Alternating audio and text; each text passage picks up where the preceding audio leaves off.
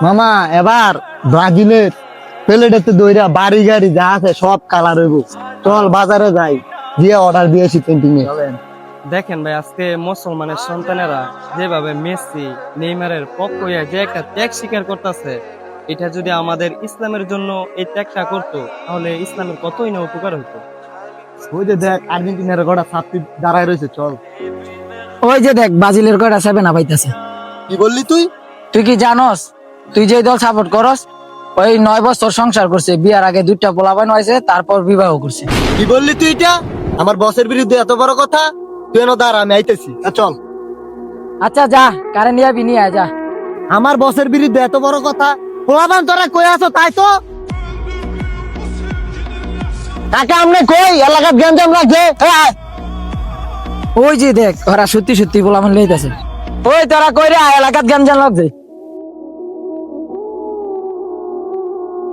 আরে ওই যে এখানে দিয়ে কি নিয়ে ঝগড়া হইতেছে, আসেন তো দেখি।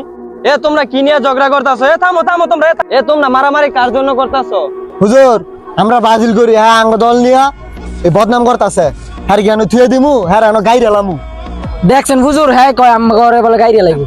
কই আর্জেন্টিনার আর কই ব্রাজিল আর কই বাংলাদেশ, তোমরা এক সমাজের মানুষ হইয়া তোমরা যে ঝগড়াটা করতেছো, সকাল হইলই তুমি দেখবা তার মুখ, সে দেখবে তোমার মুখ। তোমরা যে এটা নিয়ে ঝগড়া করতেছো, কাজটা কি তোমরা ঠিক করতেছো? যাদের জন্য তোমরা আজকে ঝগড়া করতেছো তারা হইলো নাস্তিক, বেঈমান। তোমরা আজকে দেখতেছি তোমাদের 3.5 হাত বডি তাদের অনুসারে সাজাইতেছো। তুমি যদি দুনিয়াতে যে যারে মোহাব্বত করে, কিয়ামতের ময়দানে তার সাথে তার হাসর হয়। তুমি যদি আজকে যদি আল্লাহ রসুলের আদর্শ অনুযায়ী চলতা, তাহলে তুমি কিয়ামতের ময়দানে আল্লাহ রসুলের কিয়ামতের ময়দানের সামনে থাকবে, তুমি পিছনে থাকবা, তার সাথে জান্নাতে চলে যাবে। আর যদি তুমি দুনিয়াতে মেসি নেইমারকে ফলো করে চলো, কিয়ামতের ময়দানে মেসি তোমার সামনে থাকবে আর তোমরা থাকবে তার পিছনে। মেসি যদি জাহান্নামে চলে যায়, তো তোমরাও তার সাথে সাথে জাহান্নামে চলে যাবে।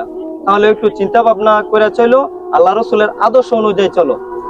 আর্জেন্টিনার ব্রাজিল করে কি লাভ, এসব বাদ দাও।